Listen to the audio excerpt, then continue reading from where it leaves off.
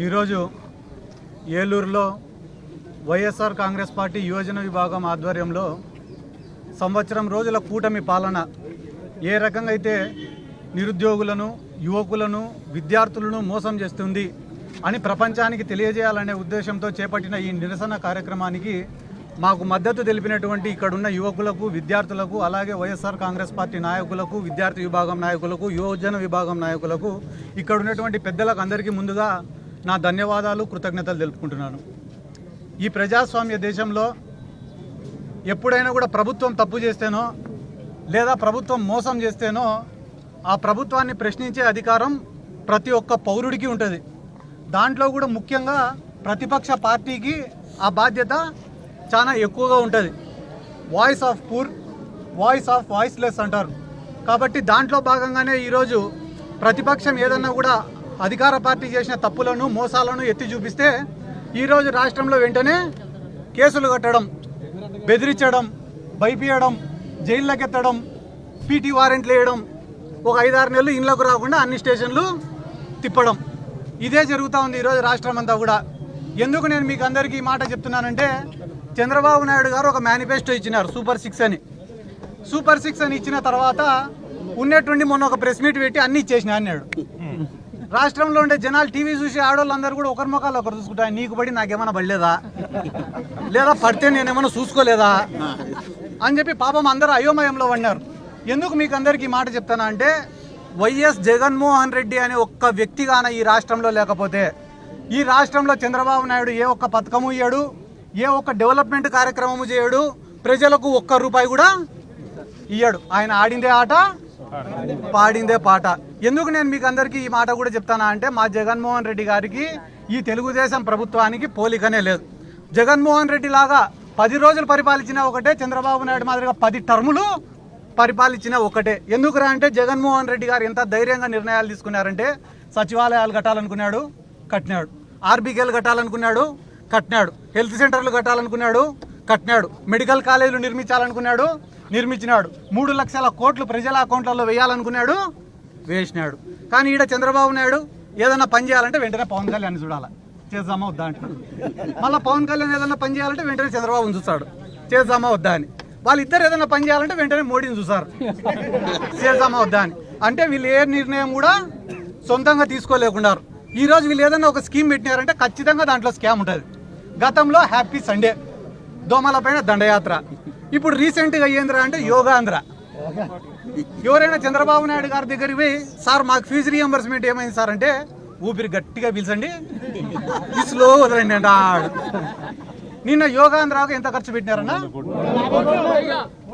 ఇప్పుడు ఎంత అప్డేట్లో ఉంటారు చూడండి మీరే జనాలు. 300 కోట్లు ఖర్చు పెట్టి ఆడపోయి చూసే మ్యాట్లు లేవు, యోగా ఆసనాలు వేసేటోళ్ళు లేరు, ఏపించేటోళ్ళు లేరు. ఈరోజు నువ్వే పోయి ఆ రిషికొండకు చూస్తే కానీ ప్యాలెస్ ఆడనే ఉందా లేదా, ప్రభుత్వం పేరు పైనే ఉందా లేదా. మళ్ళా ఎవరైనా ఇదే జిల్లాలో చెప్తానా అన్న, నేను పోలవరం కట్టనీకే డబ్బు ఖర్చు పెడితే అదో రకం, కానీ చంద్రబాబు నాయుడు గారు పోలవరాన్ని చూడనీకే 100 కోట్లు ఖర్చు పెట్టినాడు. దీని గురించి ఏ ఒక్క ప్రజా సంఘాలు, మేధావులు, మీడియా ఛానళ్ళు ఎందుకన్నా చర్చ జరగడంలో ఈరోజు రాష్ట్రంలో. ఒక పక్కన ఈ నిరుద్యోగ భృతి, ఫీజు రీఎంబర్స్మెంట్, వసతి దీవెన, ఉద్యోగాలు, వీటి గురించి మాత్రమే కాదన్నా మేము మాట్లాడేది. పవన్ కళ్యాణ్ గారు ఉన్నారు, ఆయన నమ్మి ఈ ప్రాంతంలో ఉండే ఎంతోమంది యువకులు ఒక జనసేన జెండానే కాకుండా తెలుగుదేశం జెండా పట్టుకున్నారు, బీజేపీ జెండా పట్టుకున్నారు. వాళ్ళు ఏమనుకున్నారంటే కానీ ఇంకా వైఎస్ఆర్ కాంగ్రెస్ పార్టీ 164 సీట్స్ ఎప్పుడైతే వాళ్ళకు వచ్చినాయో ఇంకా రాదు వైఎస్ఆర్ కాంగ్రెస్ పార్టీ, దీన్ని భూస్థాపితం చేస్తామనే ఒక ఇంటెన్షన్లో వాళ్ళు వెళ్ళిపోయినారు. అంటే ఇంకా మొత్తం మాదే ఈ రాష్ట్రం అంతా అని. కానీ జగన్మోహన్ రెడ్డి గారు ఎప్పుడైతే పబ్లిక్లో తిరగడం మొదలుపెట్టినారో, మళ్ళీ పబ్లిక్ నుంచి స్పందన రావడం మొదలైందో, ఆయనను అరికట్టాలా, నిలువరించాలా, ఎక్కువ ప్రోగ్రామ్స్ చేయకూడదు, ఎక్కువ పబ్లిక్లోకి పోకూడదు అని రెస్ట్రిక్షన్స్ పెట్టాలనే కారణంతోనే ఈ కేసులన్నీ కూడా పెడుతున్నారు. ఏమన్నా ఇక్కడ ఉన్న మీడియా సోదరులకు మీకు తెలియదా అన్న, చంద్రబాబు నాయుడు గారు మీటింగులు పెట్టి 5,000 మంది 10,000 మంది మహిళల్ని పిలిచి వాళ్ళకు ఒక 500 చీరలు ఇస్తే, ఆ చీరల కోసం పాపము తొక్కిసలాట జరిగి 10 మంది 20 మంది చనిపోయిన సంఘటనలు మీకు తెలుసా తెలీదా? ఇంతకు మించి నేను అడగను. గోదావరి, ఇటువంటి గోదావరి బస్సు నేనగా లిస్టు చాలా పెద్దది ఉంది. అదే కార్యక్రమంలో రప్పరప్ప ఫ్లెక్సీ బోర్డుకి సంబంధించి నిన్న ముఖ్యమంత్రి చంద్రబాబు కూడా ఒక కీలక వ్యాఖ్యలు చేశారు. అంటే సినిమాలో జగన్ పుష్ప డైలాగ్ వాడితే తప్పేంటి అన్న దానికి, అంటే సినిమాల్లో చంపుతారు మీరు కూడా చంపుతారని ఆయన ప్రశ్నించారు. అంటే ఈ రాష్ట్రంలో చంపుతాము నరుకుతాము అని అంటే తప్పు, నరికితే తప్పులే. నరుకుతాము అని అంటే తప్పు. ఎవడైనా నరికితే తప్పులే.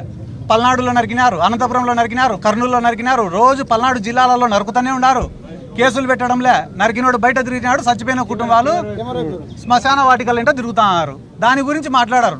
నరుకుతాం అనే పదం మాత్రం ఎన్డీటీవీలో వచ్చింది. ఈడగుడు ఎన్డీటీవీ ఏందన్నా ఎంతవరకు న్యాయం అని నేను అడుగుతున్నా. ఆ రోజు మీరు రప్ప గురించి మాట్లాడుతున్నారు కదా. జగన్మోహన్ రెడ్డి గారు గంటన్నర మాట్లాడినాడు ప్రెస్ మీట్. ఎంతసేపు? గంటన్నర. ఎడ్యుకేషన్ సిస్టమ్ పైన, హెల్త్ సిస్టమ్ పైన, ఈ రాష్ట్ర ప్రభుత్వం చేస్తున్న అప్పుల పైన, మన కరెంటు ఛార్జీల పెరుగుదల పైన, యువకులు పడుతున్న ఇబ్బందుల పైన, రైతులు పడుతున్న ఇబ్బందుల పైన, గిట్టుబాటు ధరలు లేని విషయం పైన, రైతుల ఆత్మహత్యల పైన, పొగాకు రైతుల సమస్యల పైన, ఇన్ని మిర్చి రైతుల సమస్యల పైన దాదాపుగా గంటన్నర సేపు ప్రెస్ మీట్ పెడితే గంటన్నర తర్వాత మాట్లాడిన రప్పరప్ప ఒకటి లేచింది పైకి. సమాధానం లేదు, వచ్చిన సమాధానం లేదండి. అధికార పక్షంలో మేమేం చేయాలని చేస్తున్నారు కదా ఆల్రెడీ.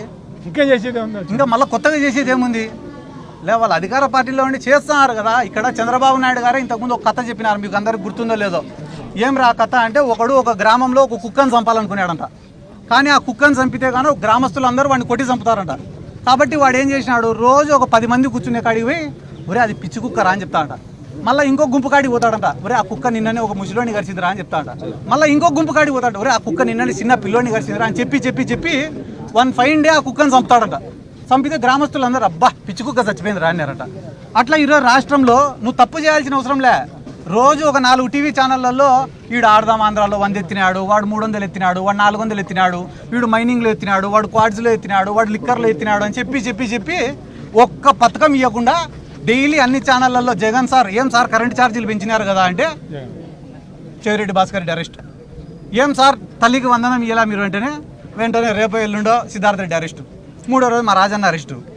అంటే అరెస్టులను చూపించుకుంటా వీళ్ళు రాక్షసులు అని చెప్పుకుంటా ఈ రాష్ట్ర ప్రజలకు మొత్తం సున్నం పెట్టే ఆలోచనలో వీళ్ళు ఉన్నారు. మీ పార్టీ కీలక నేత కొడాలి నాని అరెస్ట్ గురించి ప్రచారం జరుగుతుంది. ఆయన ఆరోగ్య పరిస్థితి బాగాలేదు అంటున్నారు. అసలు ఆయన ఎక్కడ ఉన్నారు ఇప్పుడు? వైసీపీ నాయకులంతా కొలంబో వెళ్తారని చెప్పి టీడీపీ ప్రచారం జరుగుతుంది. నిజంగా మీరంతా కొలంబో వెళ్తారా? నా పాస్పోర్ట్ కూడా పోలీసు వాళ్ళ కాడనే ఉంది. నేనే కొలంబో పోతా. నా పాస్పోర్ట్ కూడా పోలీసు వాళ్ళ కాడనే ఉంది. ఇంపాసిబుల్, నేను పోవాలనుకుంటే పోలేను.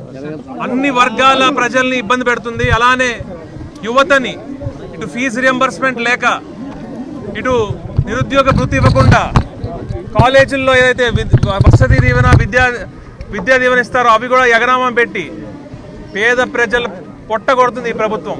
అలానే ఏవైతే ఇంజనీరింగ్ కాలేజీ ఫీజులు ఉన్నాయో అవి 70,000 ఉంటే ఈరోజు 1,20,000 చేసి మరి కార్పొరేట్ కాలేజీలకి డబ్బులు వెళ్ళేలాగా మరి ఈ ప్రభుత్వం చర్యలు తీసుకుంది. అదే జగన్మోహన్ రెడ్డి గారు అయితే ప్రజలకి మంచి జరిగేలాగా, ప్రజల జేబులోకి డబ్బులు వెళ్ళేలాగా మరి చేశారు. ఈరోజు అమ్మఒడి అంటున్నారు. 87 లక్షల మంది లబ్ధిదారులు ఉంటే కేవలం 57 లక్షల మందికే ఈరోజు డబ్బులు పడిన పరిస్థితి.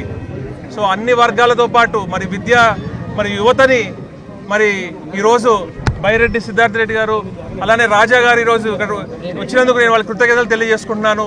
ఎందుకంటే యువత చాలా ఇబ్బంది పడుతుంది ఈరోజు.